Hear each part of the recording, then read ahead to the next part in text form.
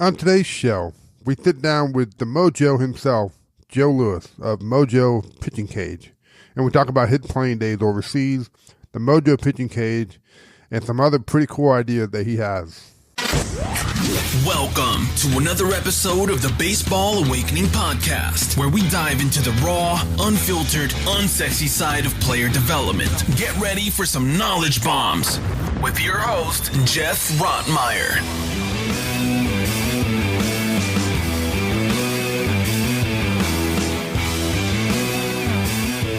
Welcome to the Baseball Awakening Podcast. I'm Geoff Rottmayer, and today I'm sitting down with Joe Lewis of Mojo Pitching Cage. Joe, how are you, sir? Doing great. Thanks for having me on. Awesome, Joe, and thank you for coming on, and thank you for your time. I stumbled upon your website, mojopitching.com, and very interesting, and I want to talk about that, but let's first start with who is Joe Lewis. I want to talk about Joe Lewis, the baseball player, and then kind of leading into what you're doing now. Okay. Yeah, no, thanks for reaching out. That's what I love about LinkedIn is that you're able to kind of start connecting with more people. Just on LinkedIn alone, I really was pretty stagnant on it. And then I started just requesting people just because I was trying to get more information. And it's such a tool. So, yeah. But about me, I'm a scrappy shortstop basically from Fayetteville, Arkansas originally. So I was fortunate enough to play Crowder Junior College in Neosho, Missouri. Played Division I Arkansas State University, also played at Bellevue College, and then walked on over in Italy. So I played 1 year in Italy, and then I played 5-6 years here in the United States just in independent baseball. I played 1 year in Holland also. So I was fortunate enough to be able to play at the professional level, just all independent. And, I'm just one of those scrappy shortstops that you see that hustles on and off the field, one of those guys.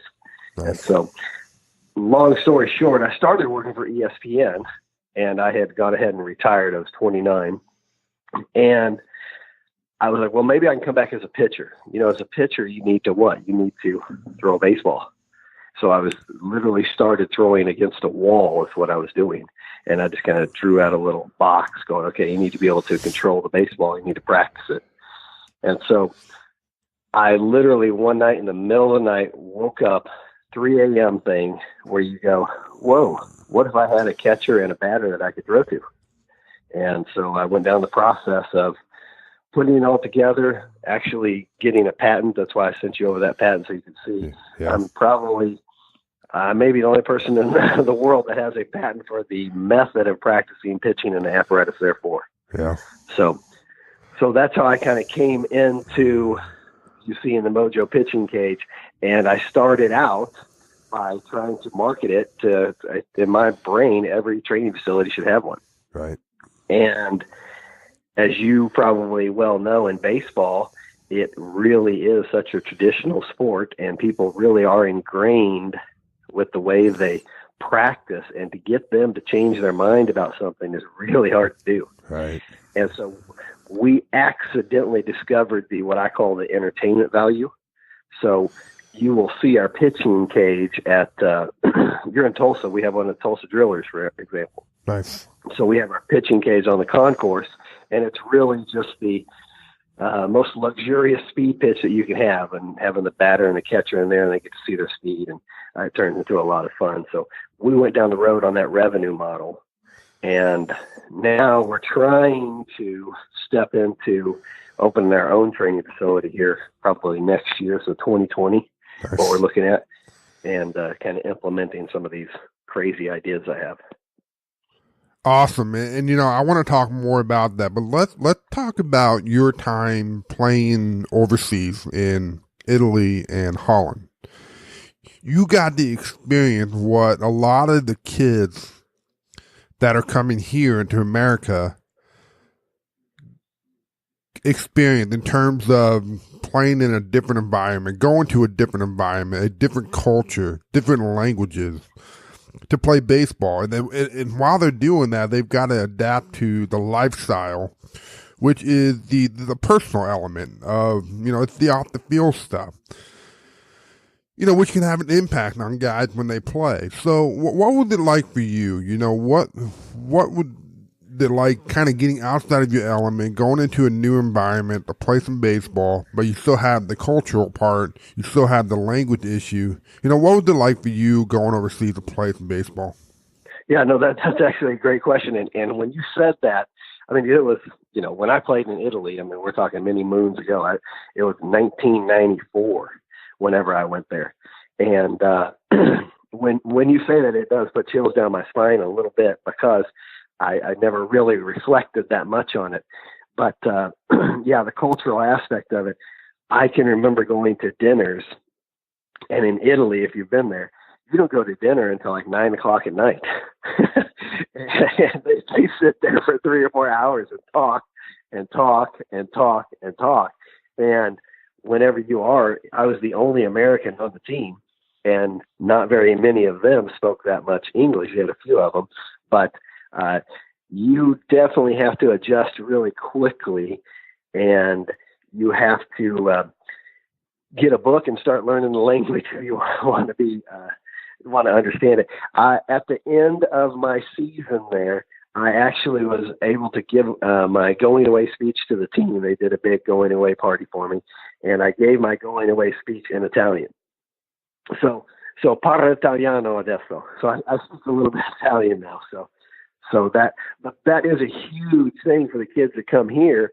But the environment now is so much different, I would say, compared to what it was for me, because now you'll see in the locker rooms, unfortunately, you do have your cliques of languages. We as human beings always go to where we're comfortable. So that might be a good prelude into training, because that's where I like to make people uncomfortable, I guess. Yeah, absolutely. So how did you manage to separate baseball, which is the easy part, because you've been doing that your whole life? Yeah. So what was how did you manage separating baseball and adjusting to the culture? It's challenging, and especially when you go from, what happened with me was my very first year of professional baseball was to play in Italy. And what really happened with me was I went over there. There was a team in San Marino said they wanted to sign me. And so I went through all of the stuff to get prepared. About a week before I was to go, they sent a letter saying they were signing the guy from Cuba again. So I literally had a list of all the teams. And so I flew over there because I already had my ticket, and I was going from team to team to team to try to get on. And I eventually, the very first team I went to was kind of like their AAA level, and where they would pay one American. And I went, and they're like, well, what position do you play? And I was like, well, I'm shortstop. And so I worked out with them and stuff. They said, well, we only sign a pitcher. So I went to a couple more teams, and when I went to a AAA team, and they said, hey, what position are you? I said, I'm a pitcher. So I literally played that year in Collecchio is the name of the city. It was right outside of Parma. And I was a pitcher. I pitched, and the American back then would pitch every Friday. So you had the rest of the time.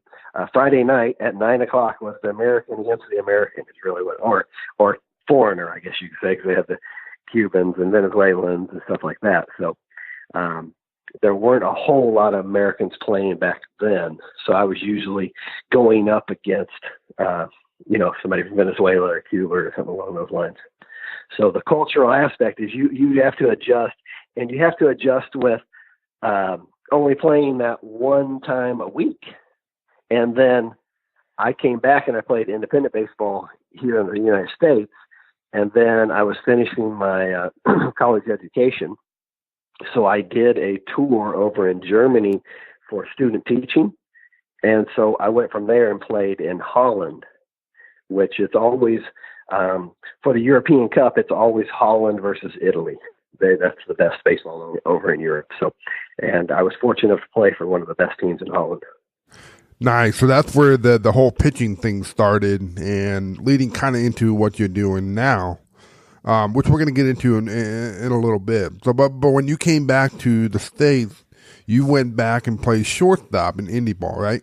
Yep, I sure did. I played shortstop, and then once I was released, I was like, well, I can probably still pitch. And that's where I started throwing to a brick wall and came up with the idea for what I call the Mojo Pitching Cage.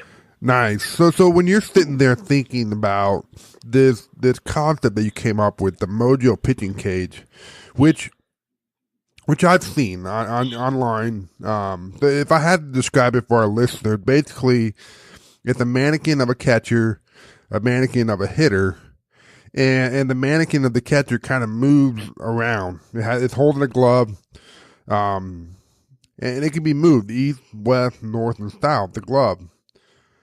What was the thought process behind that, and how long did it take you to kind of put this thing together?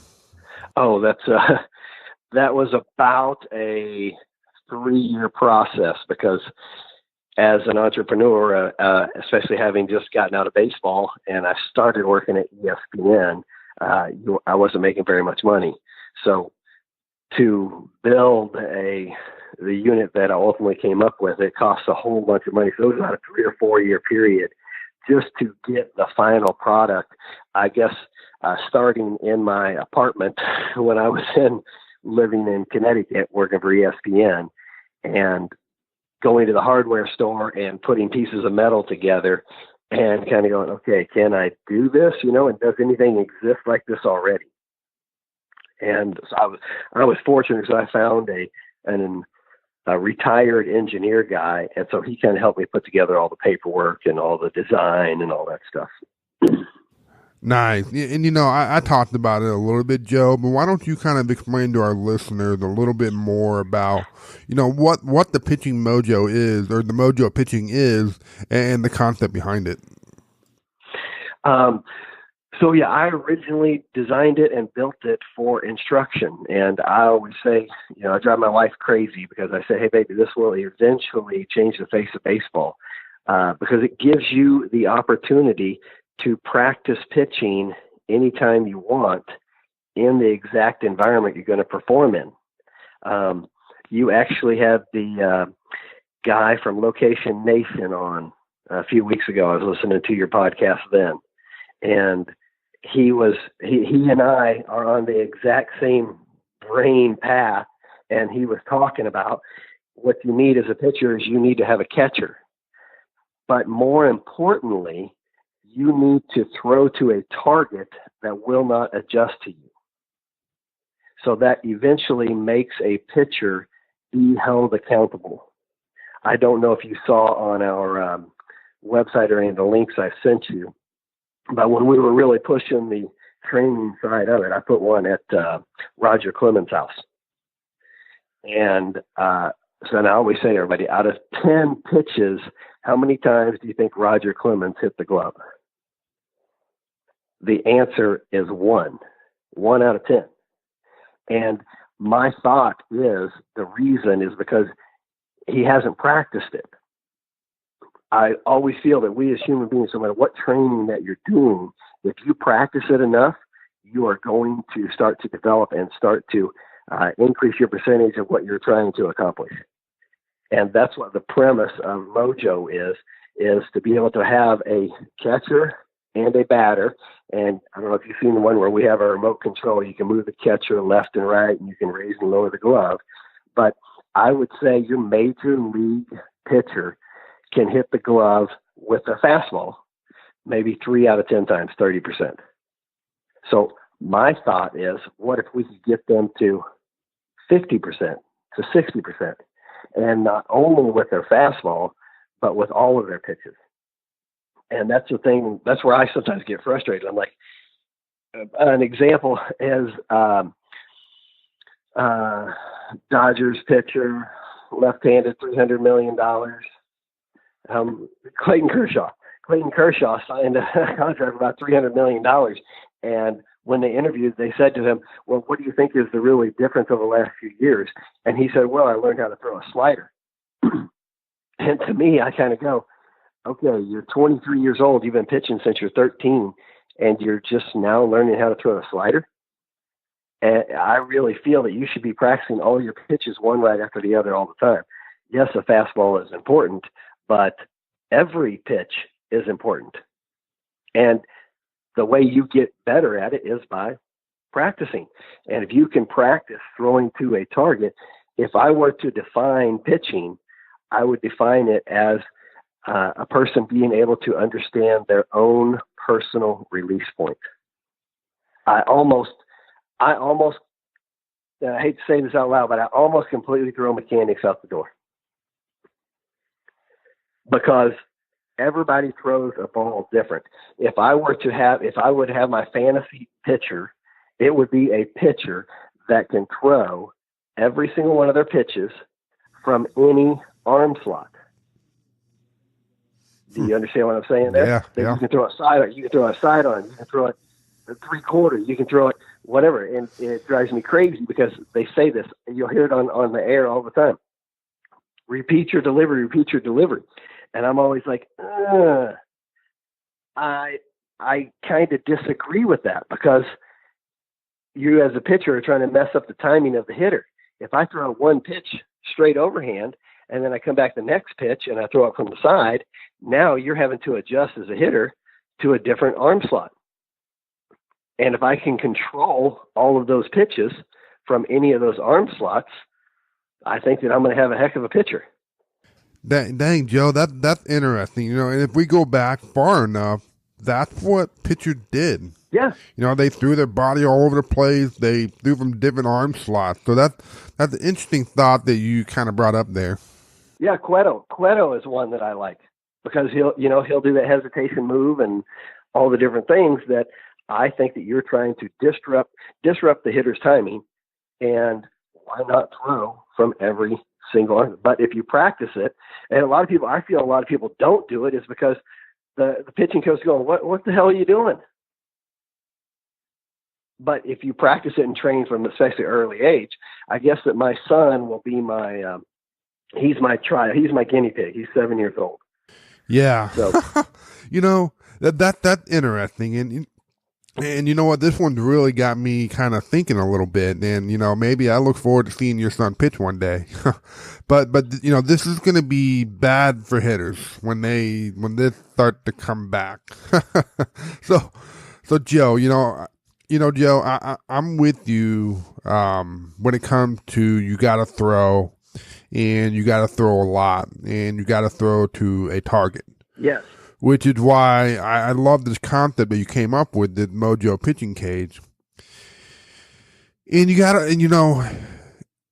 I can believe the stat of the 3 out of 10. And a lot of kids, and maybe even the pro guys, will get, super frustrated. But that's what brings the awareness and the need to practice. So sitting here thinking about a kid training, first he's starting off 3 out of 10, and then 4 out of 10, and then 5 out of 10, and then 6 out. I mean, it goes on, and just to imagine how much better one would be as a pitcher. Yeah, exactly. A great example is Brent Strom, pitching coach for the Houston Astros. 10 years ago, he actually had my pitching cage at the training facility in Arizona, and he had it for a couple months. I know the owner that was there, and Brent was working there. And I came in, and I first time me ever even meet Brent. And I said to him, "Hey, Brent, what do you think of this pitching cage?" And he goes, "I don't like it." And I'm like, "Really?" He said, "Yep." And I said, "Well, what's wrong?" And he says to me, "It's too hard for the kids." I mean, my jaw hit the floor. I mean, I went to Crowder Junior College. I don't know if you know Crowder Junior College. Yep. I mean, you challenge the kids. To me, you step up and go, "Hey, you're going to hit this glove, and you're going to focus, and we're going to make sure you get it, and we're going to set up a system to where it is a progression over time."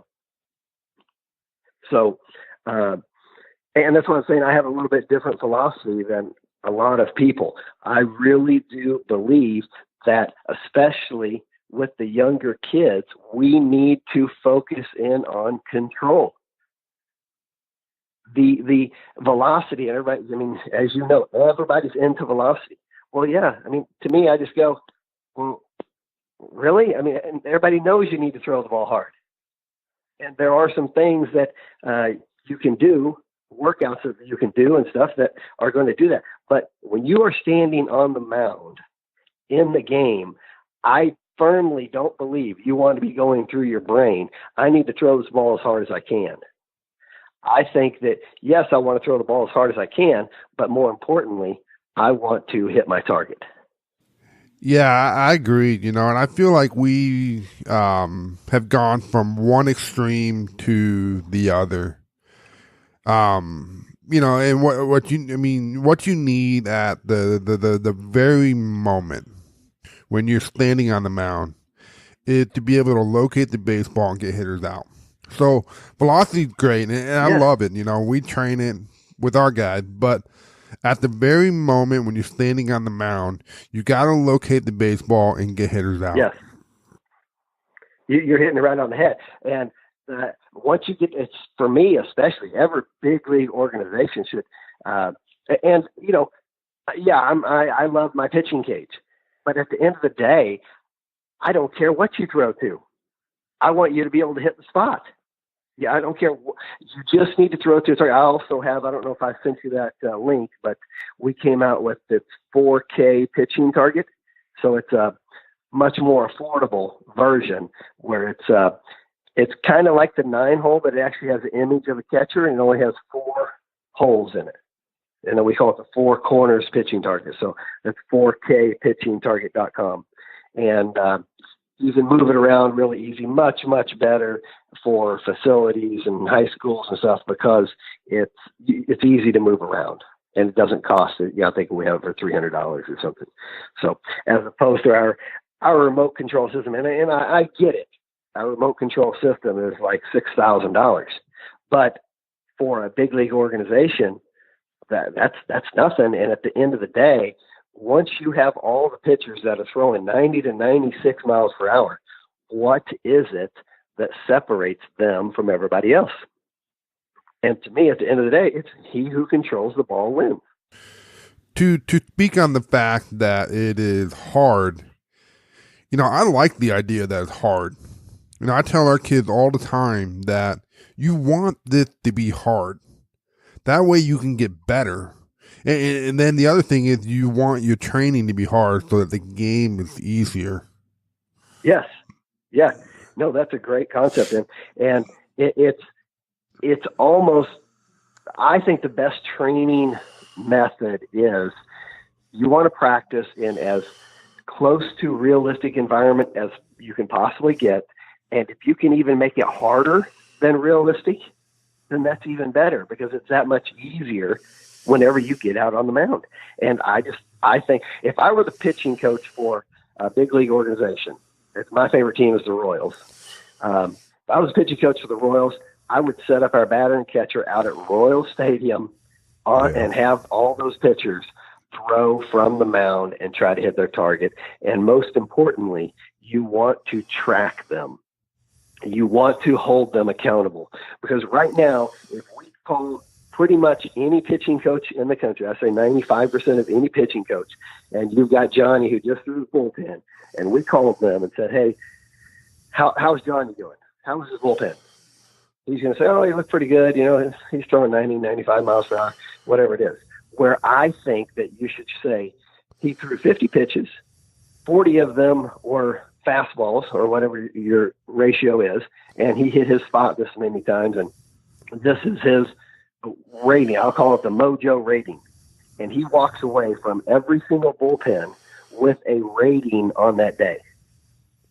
And that way he is now held accountable, and you can also track him over time. And you're obviously going to mix in video and Rhapsody. And those are the things that we really have now that really I think are great tools to analyze with. Right. But I don't think they're going to make you great. Right. I think you can analyze what you're doing, but I don't think that what makes you a great pitcher is you going out there and practicing to get better on a daily basis. Yeah, I agree. And I love that stuff as much as anyone. But at the end of the day, you've got to go out there, you've got to put in the work, and you got to perform, regardless of the numbers and the stats. And again, I love all that stuff. But at the end of the day, it's all about the result that you're getting on the field during games. Yep. No, you're hitting it right on the head. That's exactly what it is. Awesome. Joe, I'm on your website right now, and I'm looking at this American Arm logo. What is that? Oh, sorry, that's a whole nother venture, and that's what I'm an entrepreneur, so I'm always trying to come up with different things. So, so I don't know if you are aware, we're the official pitching cage for the $1 Million Arm contest. I don't know if you saw the movie The $1 Million Arm. It's with the Indian kids, where they went over and so they J.B. Bernstein, who is the marketing agent for Barry Bonds, he and Will Chang are the ones who originally contacted me and said, hey, we want to do this pitching contest, and we're going to go over to India. And so they purchased 2 of my fully automated units, and they took those with them over to India to go around India to try to find a pitcher. At the time, I had said to them, well, would you guys be interested in doing something here in the United States? And they're like, no, we would rather go over to India because there's 2.5 billion people, blah, blah, blah. So long story short, they did that whole thing. And not really to throw them under the bus, but I mean, they probably spent $2 million to put that whole reality show together.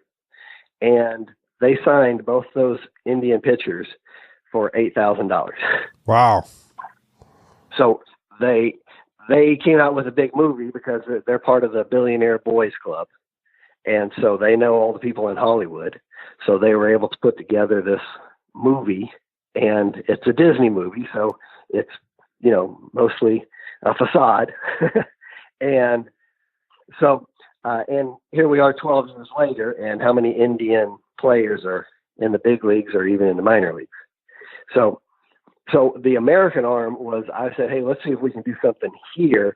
I just don't have the financial backing to put that together, is what the reality is. And with my other businesses going,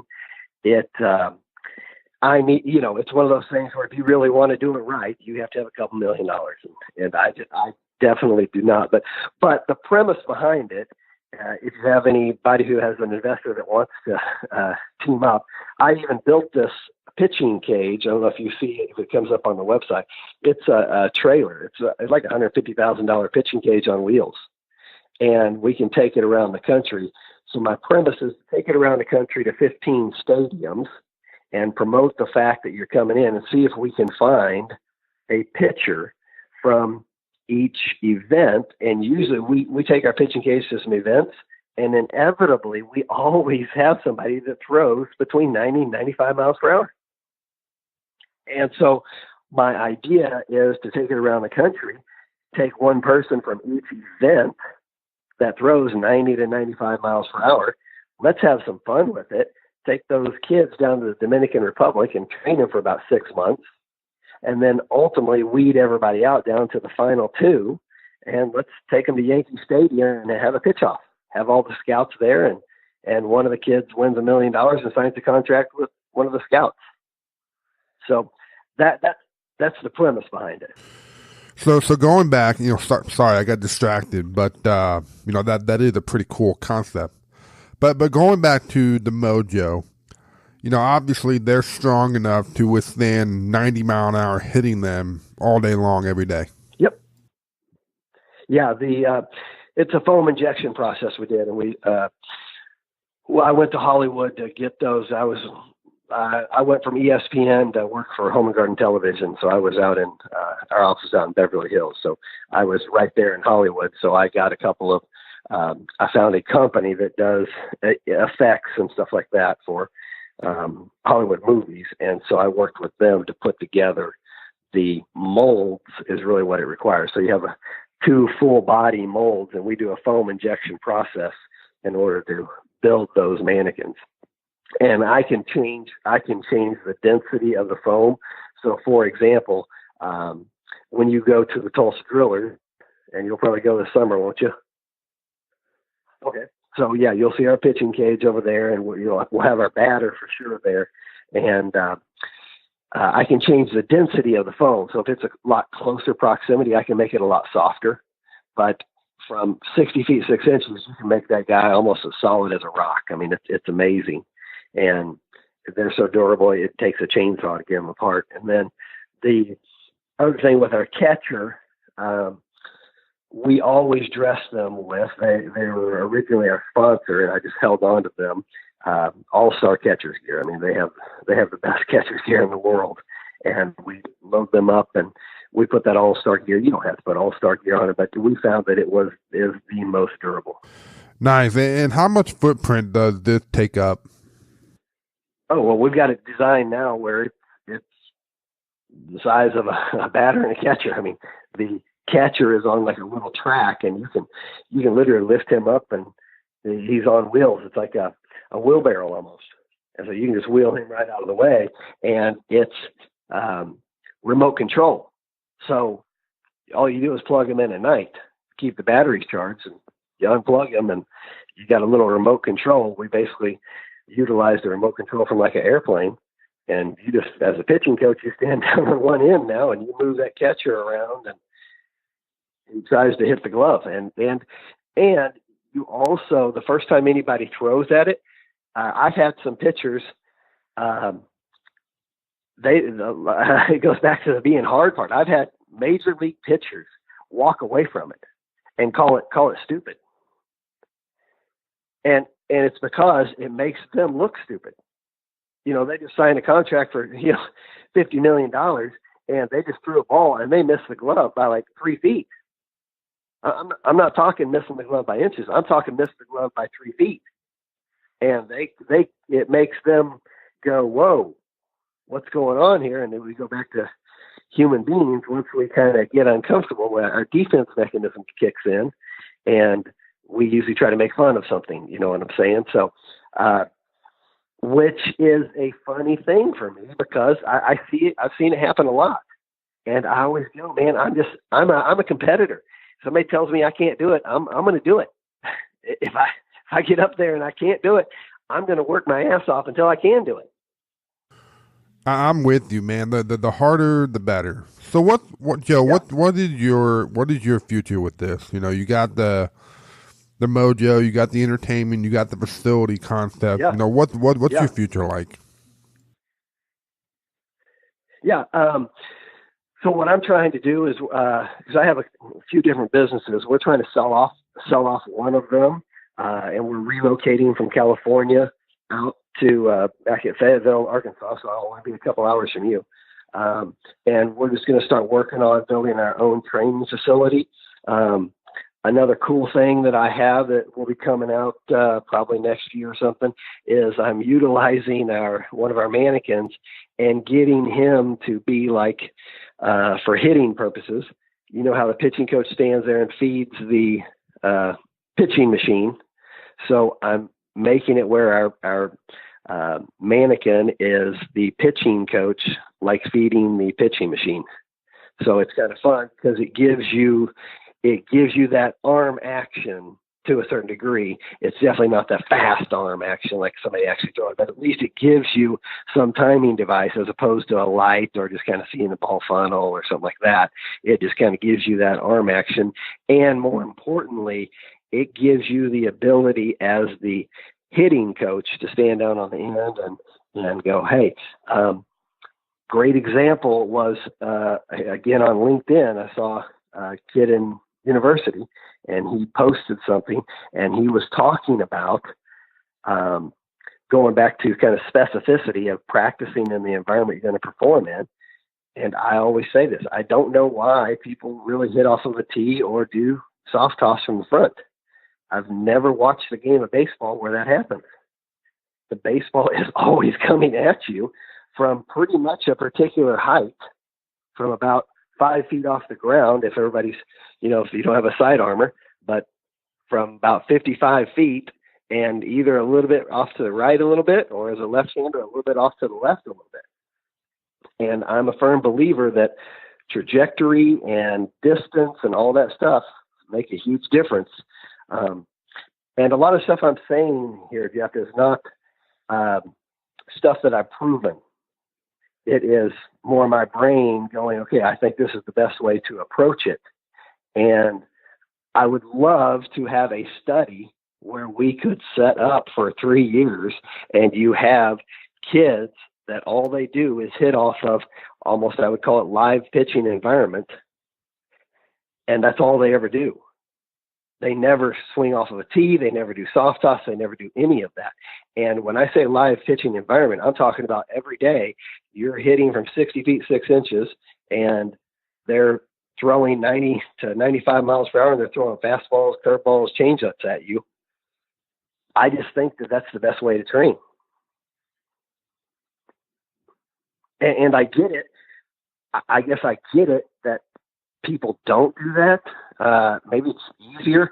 I have a friend here in Fayetteville that has a training facility. And when I came here 8 years ago, he was sitting, about 30 feet away, sitting on a bucket, tossing a ball up there. And I come back 8 years later, he's still sitting on a bucket, throwing these balls.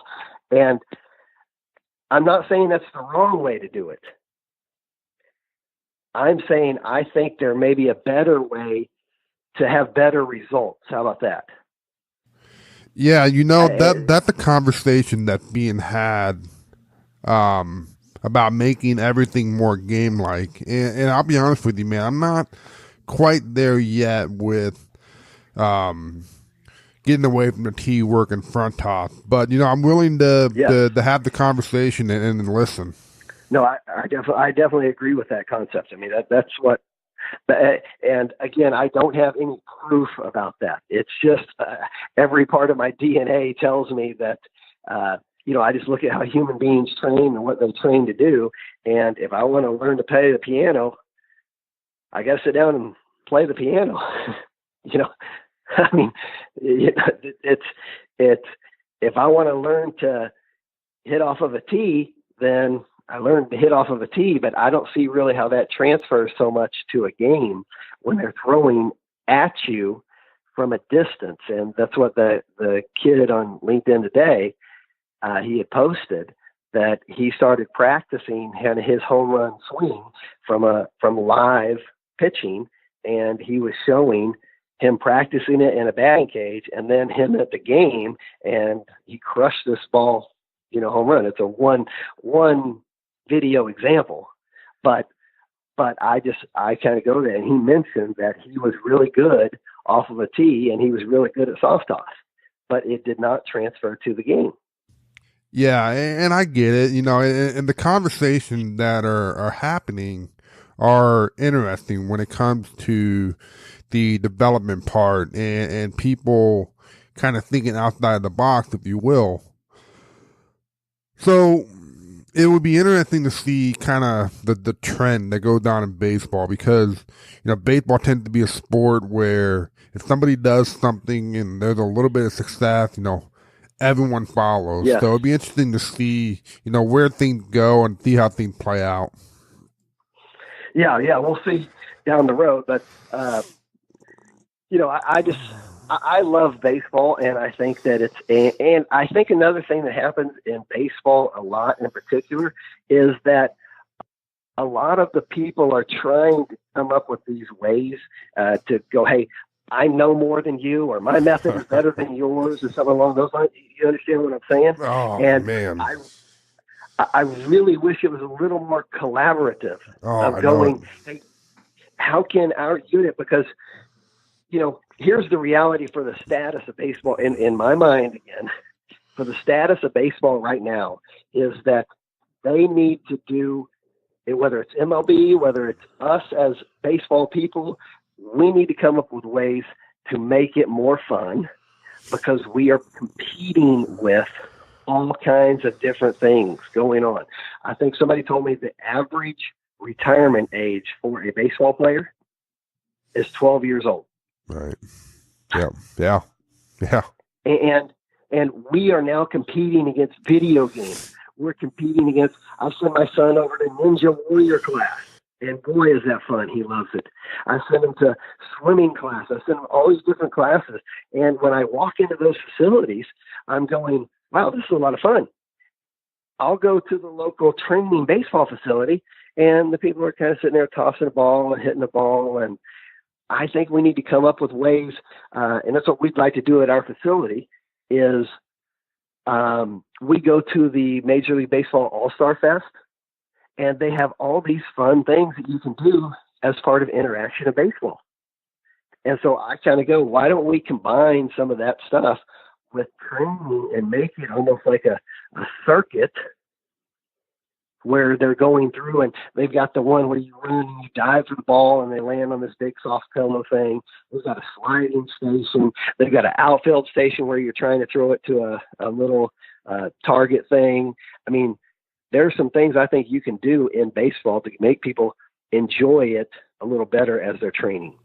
Yeah, you know, Joe, that's interesting and great. You know, we are competing against video games, and I like what you're saying. You know, and I think that can definitely help, especially at the younger ages.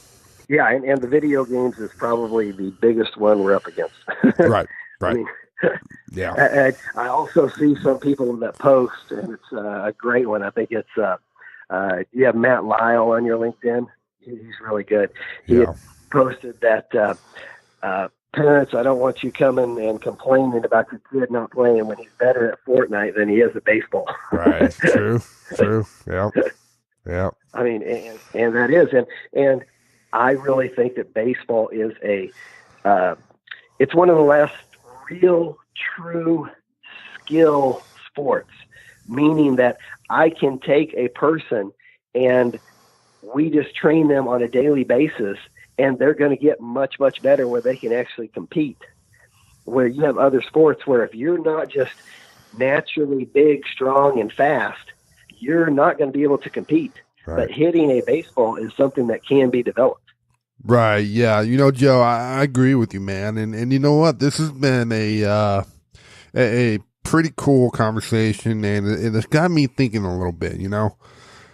Yeah. So I don't want to take up too much more of your time, but you got any last word that you'd like to share with our listeners when it comes to the Pitching Mojo and everything else that you're doing? Yeah, no.